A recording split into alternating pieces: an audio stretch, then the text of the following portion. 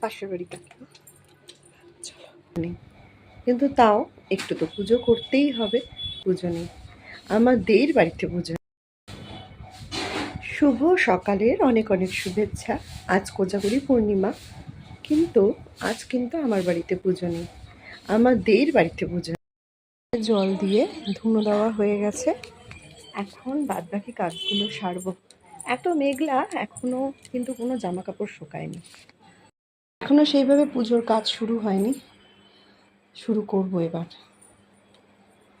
আর তোমাদের সাথে প্রতিটা মুহূর্ত শেয়ার করার চেষ্টা করব। এটা সিংহাসনে বাঁধবো বলে এনেছি, আর এটা হচ্ছে মা লক্ষ্মীর জামা, আর এটা গপুর জন্য এনেছি। চলো আগে আসনটা সাজিয়ে নিই, তারপরে তোমাদের সাথে আবার শেয়ার করছি। এখন চলছে আমার থালা সাজানো পর্ব। মা গপু সবাইকে সুন্দর করে বসিয়ে দিয়েছি, আর এই ধূপটা আমার এখন হয়েছে ভীষণ পছন্দের, যেটা আমি মিশো থেকে নিয়েছি। করতারি বৈকুণ্ঠ নিবাসী মোর মন অভিলাষী করমরে নিজ দাসী নয়নে হেরিব সদা যুগল রূপ রাশি।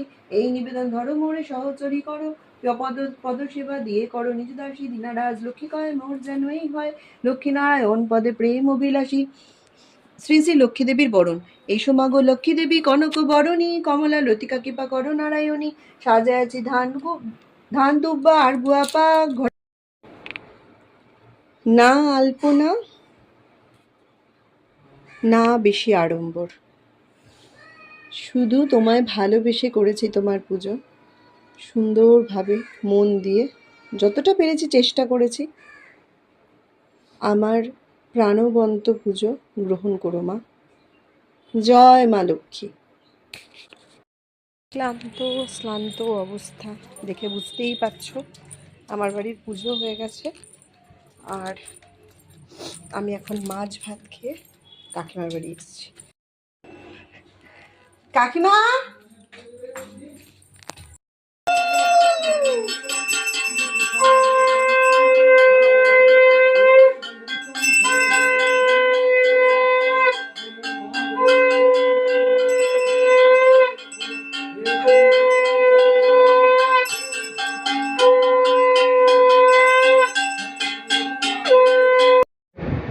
এই ছিল আমার লক্ষ্মী পুজোর একটা দিন।